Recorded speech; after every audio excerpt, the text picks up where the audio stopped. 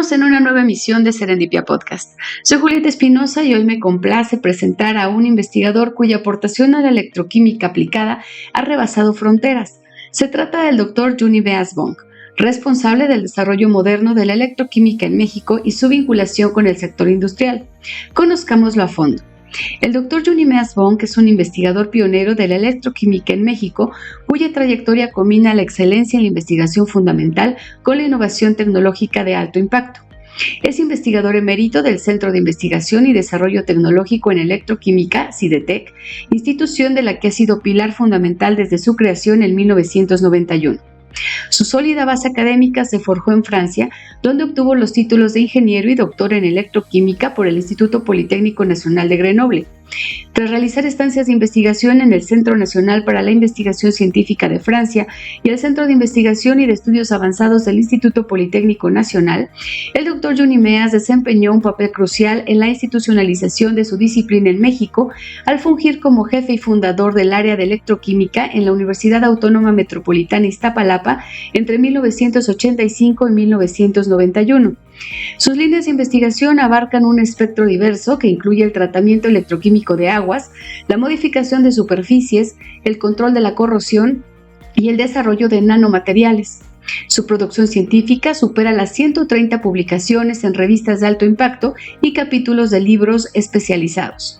El liderazgo del Dr. Juni Meas es reconocido internacionalmente. Ha sido vicepresidente de la Sociedad Internacional de Electroquímica y presidente fundador de la Sociedad Mexicana de Electroquímica.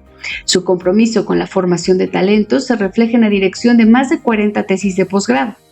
En 2019, su excepcional carrera fue coronada con el Premio Nacional de Ciencias en el campo de Tecnología, Innovación y Diseño, la máxima distinción otorgada por el Estado mexicano a sus científicos. Como investigador nivel 3 del Sistema Nacional de Investigadoras e Investigadores, su legado continúa definiendo el rumbo de la electroquímica aplicada en nuestro país. Doctor, muchas gracias por haber aceptado esta invitación y que haya estado aquí con nosotros. Buenos días. Sí. Pues para iniciar esta charla me gustaría remontarnos un poco a los años 70. Usted en aquella época regresa de estar estudiando su doctorado en Grenoble, en Francia, y usted es testigo de este contexto en electroquímica europea. ¿Qué es lo que en aquel entonces se estaba desarrollando, se estaba investigando en materia de electroquímica? Sí, mire, primero no estoy regresando a México porque nunca había ido. Había venido a México, ¿cierto es? Sí, entonces vine a México porque mi esposa es mexicana. Ella hizo su doctorado también en Grenoble, allá nos encontramos y busqué una manera de venir a México a través de una colaboración entre países de cooperación y me tocó que me enviaron al CINVESTAB, ¿sí? Donde se estaba desarrollando un laboratorio de electroquímica, ¿sí? Aunque también me habían propuesto en la UNAM, pero en la UNAM, entonces ahora hablando un poco más de temas, había electroquímica en la UNAM, pero muy enfocado hacia el análisis electroquímico, electroanalítica, ¿eh? O sea que es un enfoque medio acoso, etc. Está bien dentro de la Facultad de Química, hay un buen equipo que trabaja estos temas, gente con doctorado que saben de eso. Pero dentro de mi formación yo hice electroquímica del estado sólido. Tiene una orientación más física, de física del estado sólido. Y me habían propuesto en el CINVESTAB de trabajar sobre un nuevo compuesto, un semiconductor que habían sintetizado, porque era la época donde había en el CINVESTAB un tema sobre el desarrollo de energía solar, fotovoltaica. Entonces me interesó mucho, entonces trabajé con ellos en la parte del estudio de este semiconductor, pero desde el punto de vista electroquímico. ¿Sí? Porque la síntesis se hacía también se podía hacer por vía electroquímica, el estudio de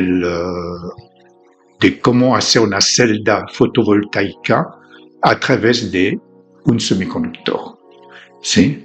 Que en este caso era un teluro de cadmio, ¿sí? Que estaban sintetizando en el departamento de física, lo estaban trabajando en el departamento de ingeniería electroquímica, y pidieron a los químicos y a los eléctricos, pues ven lo que quieren hacer. Claro. Entonces me pareció muy congruente. Entonces teníamos gente que lo podía producir, gente que lo estudiaban de otra manera, o sea que era un tema bastante, digamos, que podía llegar a tener un impacto hasta tecnológico. Entonces empecé a trabajar eso, fue interesante. Entonces había otros temas en México, pero incipientes. Muy incipientes. También en Guanajuato, por ejemplo, había un grupo que hacía electroanálisis, pero por polografía. Era el director allá del Instituto de Química. Era un químico, pero que sabía de electrónica, y había fabricado un pológrafo. Entonces se puso a la polografía, pero eso sí tiene un enfoque distinto, muy de electroanálisis, ¿sí? Que bueno, me interesaba porque colaboré con ellos en unas cosas, pero no son temas que podemos decir del futuro. Claro. Sí, que yo en mi tesis trabajaba sobre celdas de combustible en ese momento, electrolitos sólidos para celdas de combustible, etcétera, ¿no? Que en aquel entonces era el futuro de la electroquímica. Era el inicio para hacer el futuro, ¿no? Que aquí en México llegó hasta el 82. De trabajo electroquímica, pero normal, ¿no? En soluciones acuosas, sí. En Francia lo hacían en sales fundidas y en electrolitos sólidos. Sí. Y doctor, ¿por qué? Bueno, usted trabajó tanto en el CIMESTAP como lo acaba de mencionar, también estuvo en la UNAM, en la Universidad Autónoma Metropolitana, y en este paso, haciendo una reflexión hacia el pasado, ¿por qué es importante que un país, cualquiera que sea, desarrolle ciencia en electroquímica? Sí, porque la parte de electroquímica efectivamente tiene una parte científica, pero la electroquímica misma nació con una aplicación a nivel tecnológico, que es la pila. Exacto. Entonces, podemos decir que dentro del ADN de los electroquímicos, ¿sí?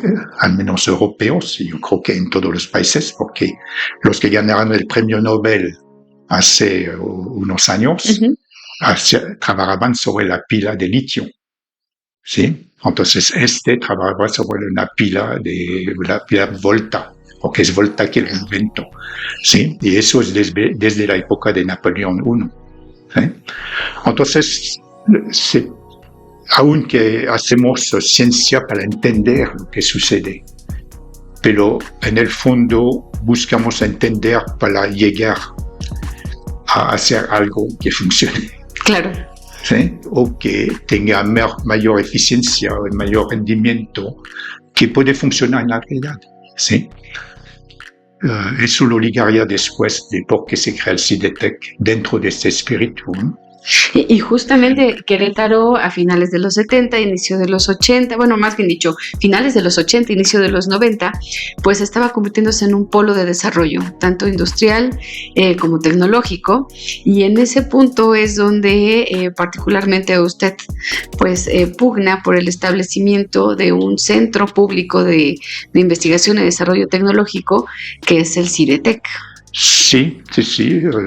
Bueno, hay que decir que también entonces en el CIMESTAP trabajaba en semiconductores para celdas fotovoltaicas, entonces algo que sí podía llegar a una aplicación. En la UNAM trabajé en el centro de materiales, en el departamento de energía solar, donde hacía depósitos para también el aprovechamiento de la energía solar a nivel térmico, haciendo superficies selectivas, ¿sí? Por vía electroquímica, como el plomo negro, etc. Y donde se llegó a producir en un taller paneles solares a base de cromo negro para, digamos, un proyecto que tenía la CFE, ¿sí? en Mexicali. Entonces eso me motivaba mucho de que podemos llegar a algo. Claro.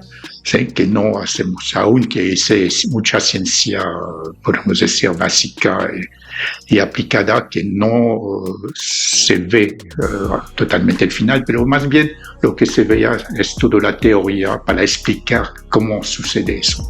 Sí, que tiene su mérito también. Claro, ¿no? Pero faltaba la otra parte, ¿no? Faltaba la otra parte. Entonces en la UAM trabajamos sobre todo la parte, dos líneas en la UAM, la de electrocatálisis aplicado a las pilas de combustible, porque tuvimos un alumno que trabajó en el IMEP que tenía una pila de combustible y se solicitaba de trabajar sobre pila de combustible. Entonces, no es que hemos soñado esto, o sea que siempre nos orientamos a ver dónde hay una necesidad. Y el otro tema que trabajamos mucho en la UAM, y después explico cómo lo hacemos del CIDETEC, en la UAM es la parte de electrodepósito.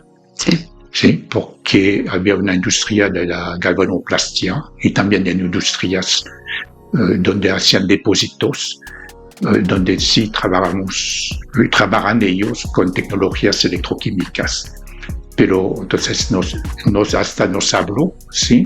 Por ejemplo, había un fabricante de cables para llantas. Entonces, ¿qué tiene que ver con la electroquímica? Exacto. ¿No?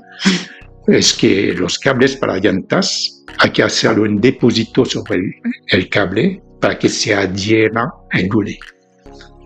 ¿Sí? Y entonces, eso se logra con electroquímica. Se logra con electroquímica.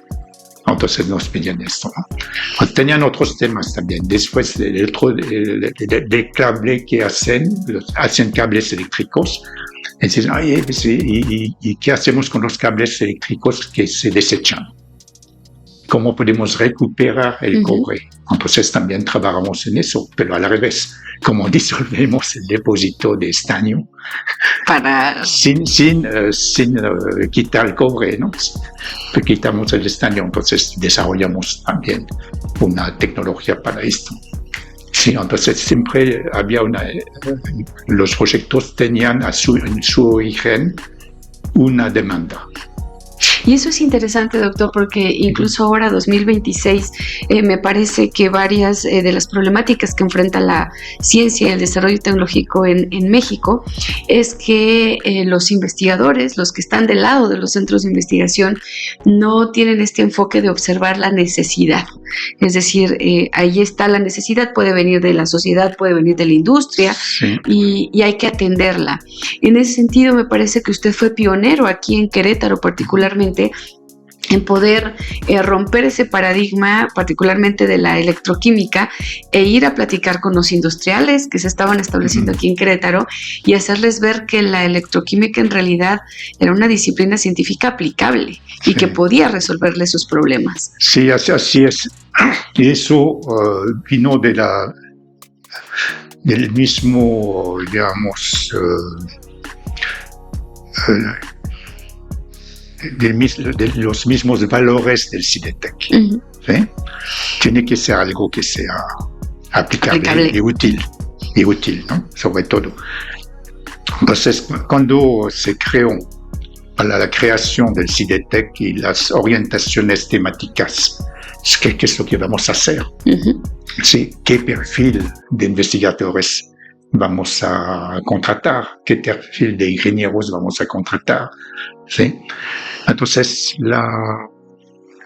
realizamos durante un año antes un estudio como de mercado sobre que necesitaba la industria aquí, ¿sí? Y eso le gustó mucho a CONACYT, ¿sí? En esa época. Ajá. CONACYT se dijo, oye, yo quiero un centro que se oriente hacia las necesidades, ¿sí?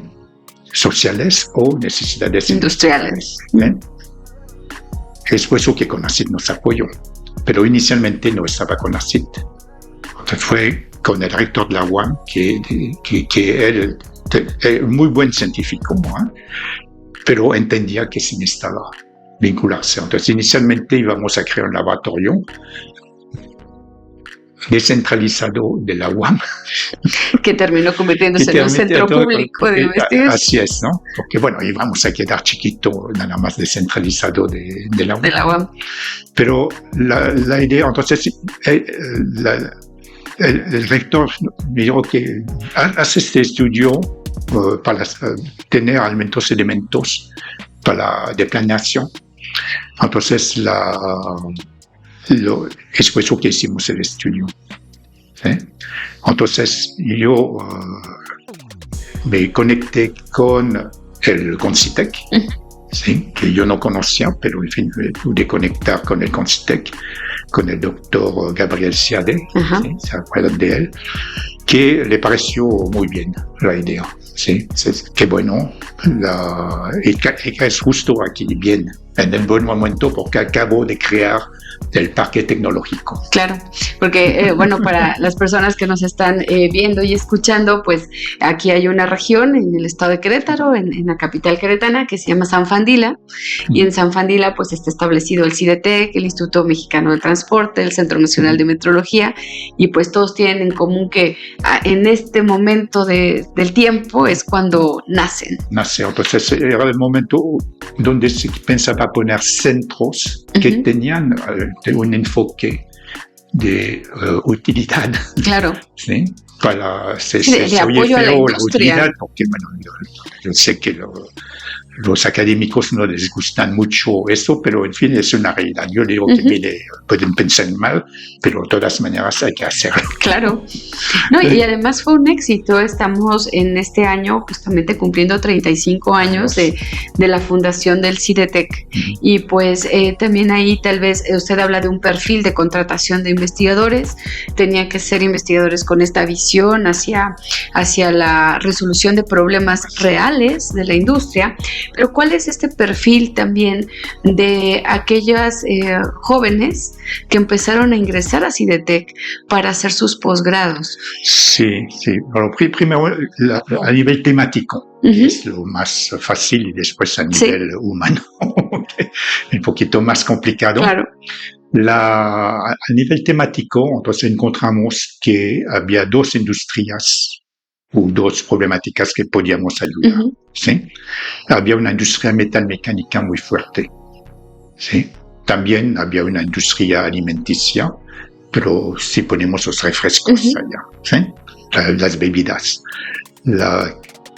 Pero entonces la parte de metal mecánico, ya había dos centros de CONACYT, ¿sí? El CIATEC y el CIDESI, aquí, pero que hacían la mecánica. Claro. Pero vimos, bueno, aquí el mercado muy bueno para nosotros a nivel de investigación y de tecnología es la superficie para hacerle buena y bonita. Claro, sí. Sí, y que sea funcional esta superficie, los problemas de corrosión, etcétera, ¿no? Y el otro problema que detectamos, que visitando a todas las industrias, eso sí, no solamente en metalmecánica,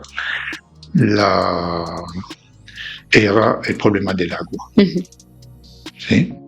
Entonces, yo no estaba como investigador de agua, pero yo sabía que es un problema. Claro. Es así que había que atenderlo. Exacto. Había que atenderlo, los problemas de agua. Entonces teníamos justo en ese momento nos cayó una colaboración con alguien que regresaba yo creo que de Francia, todo esto, que había trabajado en la hidrocoagulación. nos habló de esto, que bueno, está muy interesante. Y entonces buscando ya vimos cómo se hace, entonces nos explicó, parecía muy sencillo, pero decía, oye, pues es sencillo, pero ¿por qué no patentas, no publicas todo eso? O sea, que es demasiado sencillo. Es que lo dejo a nivel, yo digo que no, eso no debe ser, ¿sí? Hay que llegar a poder tratar el agua, ¿sí? De la industria, ¿sí? Y a entender lo que estamos haciendo. Entonces, por eso que nació toda esta parte de tratamiento de aguas. O sea, dos líneas fundamentales que aún siguen, que es tratamiento de aguas y tratamiento de superficies, de superficies de materiales, ¿sí? Y después se ampliaron la parte de tratamiento de aguas. Tuvimos que agregar temas ambientales. Entonces, por eso que se formó toda la sección ambiental.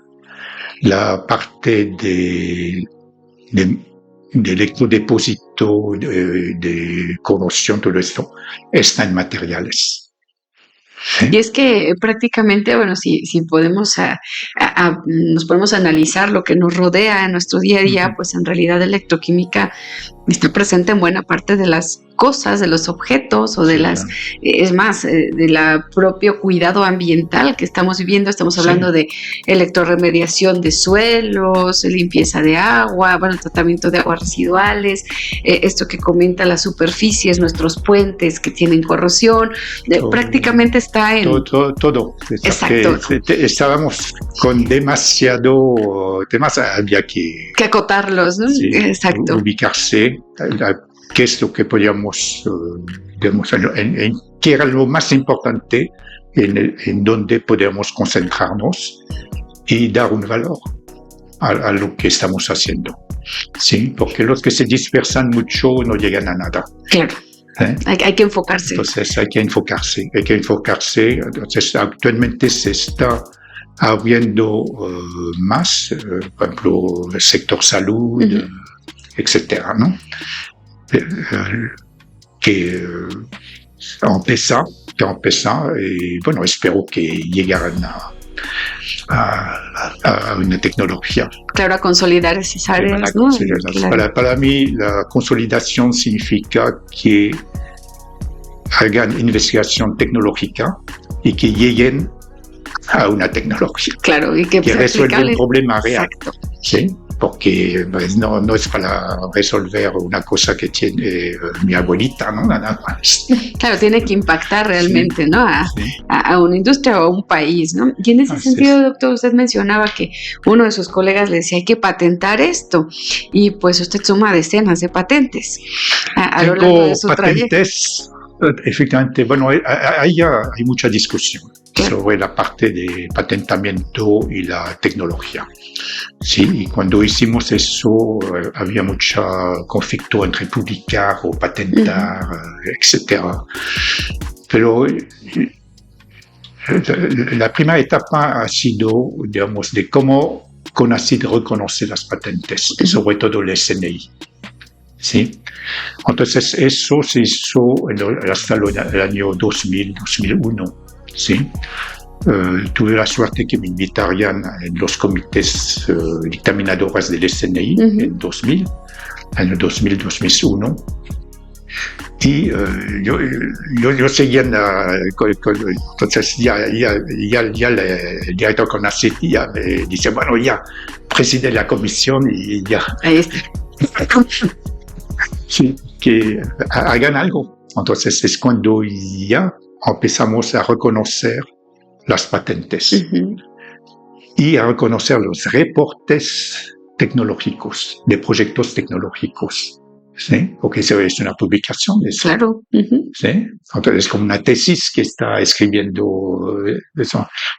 Y eso tardó un poquito más para su aceptación, pero ya están aceptando desde varios años. Tuvimos investigadores que nos siguieron allá en los comités del SNI que que tienen este pensamiento y entonces pudieron asentar obviamente. Y que hoy es una realidad. Ahora mismo tenemos investigadores nacionales en sus diferentes niveles que la mayor parte de sus probatorios pues es desarrollo tecnológico. Así es, ¿no? Entonces, y también cuando uno hace el proyecto con la industria, antes no era reconocido, ¿sí? No había reconocimiento. Entonces, ahora sí se da unas directrices de qué documentos necesitamos, qué pruebas que estás haciendo un desarrollo tecnológico. Porque inicialmente recibíamos de todo. Sí, yo estaba en el comité y recibíamos un profesor hizo una práctica. Para él era un desarrollo tecnológico. No. Sí, no, porque no tienes clientes. Claro. Entonces, para probar que es un desarrollo tecnológico, hay que tener una empresa que esté interesada. O que haces tu empresa. Porque uno o el otro, pero necesitamos que haya, digamos, un direccionamiento hacia una aplicación, hacia la sociedad, que haya un mercado para eso. Y en ese sentido, doctor, creo que una de sus mayores contribuciones, además de electrocoagulación, pues es esta parte de tratamiento de aguas residuales industriales. Así es. Y no quiero decir específicamente, sino una de sus vertientes, pues tiene que ver con la industria que genera aguas residuales con colorantes, que en el común de la gente escuchamos que el agua más difícil de tratar es la que tiene colorantes. ¿Esto es real?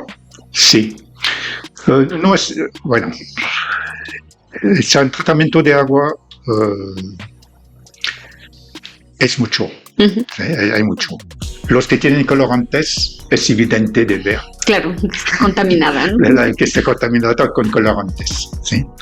Pero el tratamiento de agua contaminada con contaminantes no es solamente quitar el color.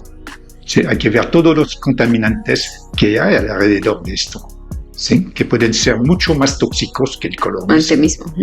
¿Sí? Entonces, es por eso que es un campo mucho más, digamos, amplio que de quitar el color. ¿Sí? Quitar el color, pues, hay varios métodos, hasta en la casa puedo probar, ¿no? Pues no pongo agua clorada y quito el color. Ya está transparente, ¿no? Claro. Es el blanqueador, ¿no? O sea, pues quito el color, pero lo voy a contaminar. Sigue contaminado el agua, claro. Lo contamino más. Sí, entonces no hay que, digamos, ligar el color, pues, pero el color efectivamente es lo más visible. Es lo más visible, pero hay que pensar a todo lo que está atrás, ¿sí? Y entonces le quiero hacer una reflexión sobre la causa del color porque no era obligatorio.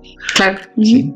Entonces, todos conocen la NOM 001, ¿sí? que fija los límites permisibles de contaminación, y hasta 2021 salió una NOM que fue publicada en 2022 que rige el color.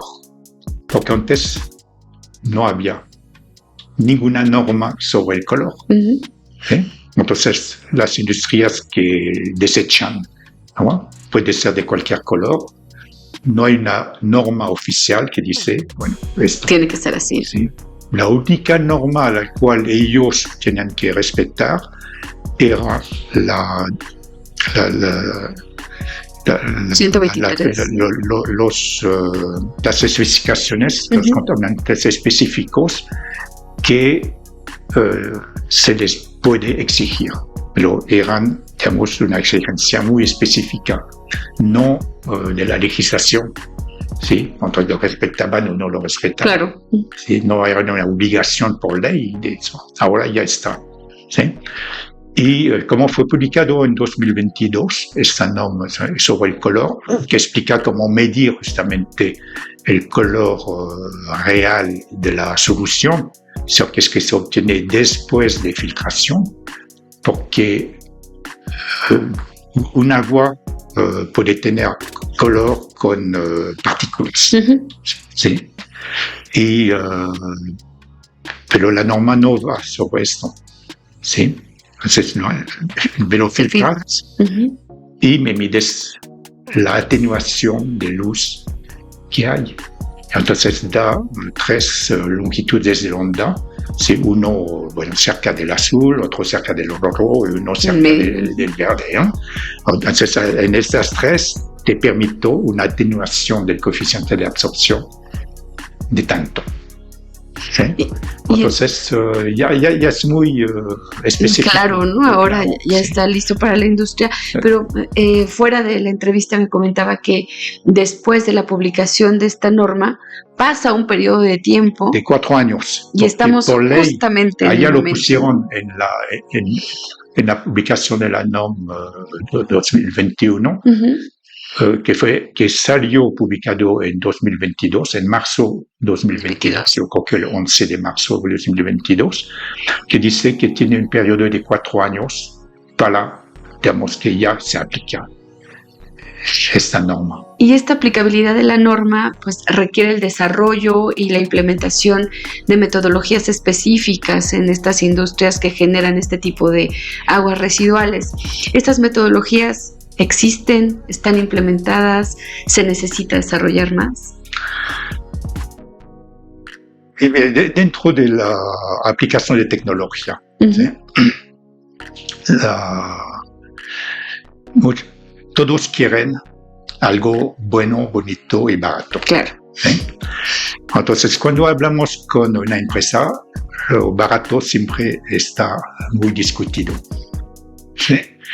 Porque un tratamiento lo puedo hacer hasta que hay un agua destilada esto, 3 veces, pues el costo es demasiado grande. Entonces hay que pensar a tecnologías que sean buenas, bonitas y baratas. ¿Sí? Entonces uno podría aplicar una metodología para escoger la tecnología de tratamiento de los colorantes en función de la molécula química que esté. ¿Sí? Pero hay muchos. Hay como 17 familias de químicas de colorantes. Entonces no puedo saber cuando me dan un agua residual, así, a ver, trátame esto. ¿Cuál es? ¿No? ¿Cuál es la composición? Porque el que lo aplica ni conoce la composición. ¿Sí? Me dice, yo compro a tal proveedor. Este colorante ya debe ser de esta familia, pero muchas veces son mezclas también de moléculas. ¿Sí? Entonces sería un camino muy, parecería muy lógico, pero no fácil de encontrar una tecnología en función de la composición de la molécula que está presente. ¿Sí? Entonces no veo que sea un camino muy práctico, porque hay que tomar. Entonces no solamente que sea bueno, bonito, barato, ahora hay que hacer rápido. ¿Sí? Entonces cuando enseño a los alumnos de desarrollo tecnológico, háganlo también rápido. ¿Sí? No para mañana. Si lo puedes hacer hoy, hazlo hoy. Porque la industria, al final de cuentas, lo necesita hoy. Hoy, ya está. Me dicen ayer, ¿no? ¿Por qué no viniste la semana pasada o hace 2 años? Porque ya tenemos el problema encima, ¿no? ¿Sí? Entonces, bueno, hay que encontrar una metodología. Entonces, se puede aplicar primero la metodología que lo deben hacer, que miden el color real. ¿Sí? Pero dentro un poquito del mismo contexto, ¿qué es lo que debemos saber? Digamos, para poder quitar este color, al menos, y unos contaminantes, ¿no? Necesitamos entonces hacer un primer, para ver si la solución, los colorantes están totalmente solubles, ver si están totalmente disueltos. Entonces, a nivel de análisis dentro de la norma tienen que usar una membrana de 0.054 o 45 micras. Para filtrar. Sí, y me colectas nada más lo que está allá. Todo que queda arriba. Que ya arriba se retiene en el filtro. Entonces, si realmente todo se retiene, busco un método de filtración. ¿Sí? Con floculación, con coagulación, para ayudar a que se alimente, que la filtración sea más fácil. Entonces, del mismo análisis podemos tener una orientación, ¿sí? De descartar una tecnología u otra o escoger profesionalmente. Porque mucho depende del tamaño de partículas. ¿Sí? Entonces, dentro de la clasificación de tamaño de partículas, por ejemplo, cuando va de nano a micro, que podemos decir que es nano, ¿no? Es chiquito.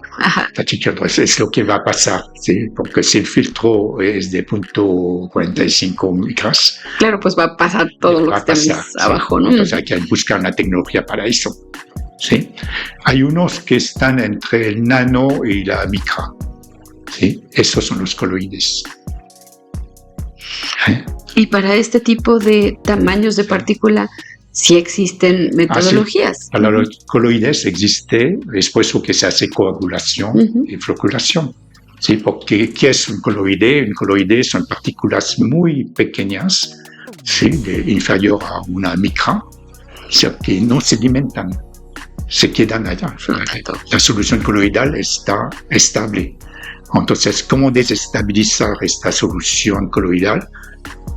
Pues eso ya es algo electroquímico, ¿sí? Es que las partículas están cargadas. Entonces tienen así signos específicos, ¿sí? Que pueden ser catiónicos o iónicos. ¿Sí?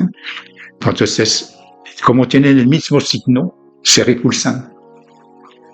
Entonces, por eso que son tan finas. Y pues vemos una solución coloidal así, bueno, pues es muy turbio, pero en fin. Pero ahí están. Allá es estable. Entonces, ¿cómo hacemos? Como son partículas cargadas, lo que debemos hacer es neutralizar estas cargas, ¿sí? Con un ion de signo opuesto. ¿Sí? Y entonces las partículas ya se pueden encontrar y ¡puf! Y ya tenemos partículas más grandes. Esa es la coagulación. Y después, bueno, aún es chiquita el coágulo que me está formando, que entonces ponemos un floculante para que haga un floc, es decir, que ya se puedan retirar con mayor facilidad. Se alimenta o se flota. ¿Sí? Entonces, no tiene ningún... ¿se entiende fácil, no? Sí. ¿Se entiende fácil? Sí, de hecho, la electroquímica bien explicada, pues... Se entiende fácil, no hay que mistificar la ciencia.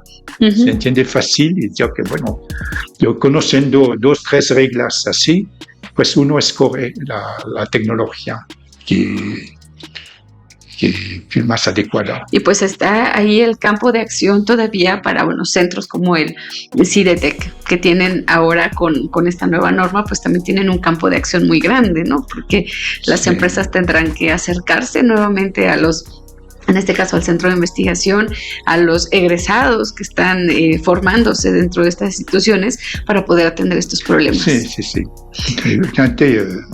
Y hay unos que se acercan, pero como era antes la fecha que le pusieron de marzo de 2026, porque muchos problemas es la parte del costo. ¿Sí? Porque no es el único parámetro. Claro. Pero el otro parámetro que también es complicado, pero que hay tecnologías, es la parte de nitratos. De nitrógeno. Tenían un nivel aceptable y ya lo pusieron más difícil. Entonces, hay unos que dicen, pero más de decir, me ayudas para quitar eso, se acercan, me puedes conseguir dinero para hacerlo. Para hacerlo. Ya se han cambiado totalmente las reglas de juego para conseguir proyectos. Cuando iniciamos en 90, no había fondos con la industria. Entonces, cuando nos acercamos a la industria y que nos presentaban su problema, lo resolvemos. Y ellos pagaban todo. Y a partir del año 2000, ¿sí? Ya se tenía, digamos, fondos para proyectos tecnológicos. Entonces yo digo que estuvo bien, pudimos trabajar mucho, pero también a la larga se acostumbran. Claro, a que no cuesta. Al subsidio, que no cuesta. ¿Sí? Entonces ahora que ya quitaron toda la parte del subsidio a la industria, pues cuesta mucho más trabajo.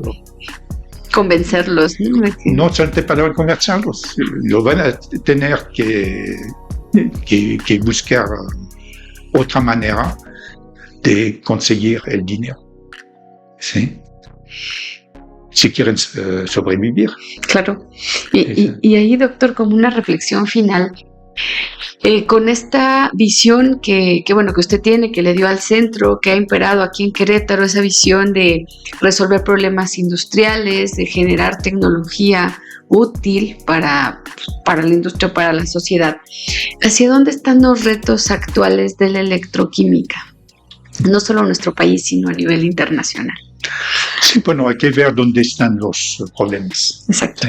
¿Sí? El problema de agua sigue. Entonces, los que trabajan, los que quieren estudiar agua, tienen trabajo. ¿Sí? Tienen trabajo para seguir estudiando y a nivel de contaminación del agua, pues evolucionamos. Todos los años hay moléculas nuevas, hay contaminantes nuevos.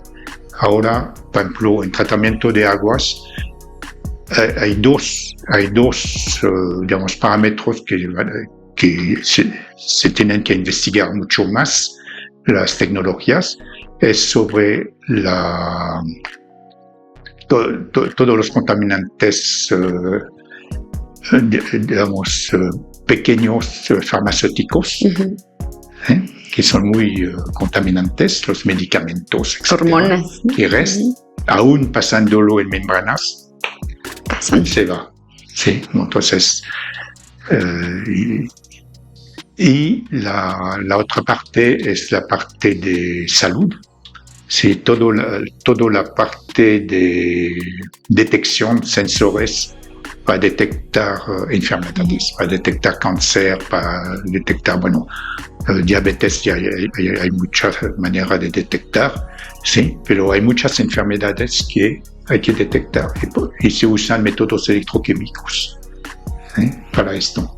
Entonces, por eso que la vía de sensores me parece aplicado a la salud es importante y de seguir con la parte de agua y seguir los temas principales porque materiales siempre van. Hay nuevos materiales, claro. Hay que hacerlo cada vez más bonito, más bueno. Más resistente. Más resistente y ahora el reto del investigador es hacerlo rápido. Más rápido y barato, como dice. Sí. No, doctor, pues mire, estamos llegando al término de esta emisión. Yo le agradezco mucho que nos haya acompañado en esta ocasión y queda la invitación abierta para que regrese. Creo que el tema de la electroquímica da para mucho más, para platicar sobre todo de temas muy puntuales que son interesantes. Ahorita ya puso sobre la mesa uno, que es el de los sensores, que también creo que no está tan socializada la manera en cómo trabajan estos sensores, que muchos de ellos compramos en la farmacia. Sí. Están ahí. Los más comunes son los para la detección del azúcar, ¿no? La concentración de glucosa. En realidad, se mete una gotita, por capilaridad se chupa la gotita, pero adentro usted ve que hay unas líneas, ¿no? Son electrodos. Y entonces el voltaje, la corriente que pasa, nos da la concentración. Que eso es justamente o es la intención de este espacio, de esta entrevista, ¿no? Que nuestro público pueda ver cómo la electroquímica está presente en todo. Sí, en todo. Realmente, porque en realidad, inicialmente tuvimos una vez una reunión así en la Sociedad Internacional de Electroquímica y muchos que pues, los químicos que se rían de eso, la electroquímica es una parte de la química, ¿no? Entonces, aunque no. Podría ser al revés, porque nosotros consideramos los electrones, ¿sí? Adicionalmente a lo que tú consideras, ¿sí? Entonces es más amplio que la química en sí, aún a nivel de la termodinámica, ¿sí? Entonces la termodinámica química es una parte de la termodinámica electroquímica, porque tomamos las mismas variables termodinámicas químicas y agregamos los términos eléctricos. Sí, entonces está más amplio, ¿no? Entonces, pero eso es muy interesante porque los libros de electroquímica hechos por químicos tienen errores conceptuales, porque no entendieron esta aportación del componente eléctrico, del potencial eléctrico que hay, electroquímico que es, ¿no? Entonces, justamente di una conferencia sobre esto de una ecuación básica de la termodinámica, que para ecuaciones redox, todo esto, y dice, bueno, pues aquí hay una contradicción, ¿sí? Y me costó trabajo de encontrar dónde está la contradicción, pero es una contradicción que en los libros nos metieron unos conceptos totalmente erróneos. Entonces está muy interesante, doctor, platicar de eso. Sí, de este concepto. Pero, en fin, yo veo que bueno, ahora con el premio Nobel de las pilas de litio, pues sí, se hizo un boom también, ¿sí? Sobre la electroquímica. Sí. Y seguramente seguiremos escuchando noticias en el futuro próximo que estén relacionadas con esta disciplina. Le digo, la invitación queda abierta, doctor, y por lo pronto, pues, le agradezco mucho que haya estado aquí con nosotros. Pues, muchas gracias por la invitación. Gracias. Finalizamos esta charla con uno de los actores científicos más relevantes de nuestro país. No olviden visitar nuestro sitio de periodismo científico www.revistaserendipia.com y seguir nuestras cuentas en Facebook e Instagram. Jorge Alcántara en la dirección técnica y yo, Julieta Espinosa, en la coordinación editorial. Agradecemos seguir la transmisión y les invitamos a acompañarnos la próxima semana.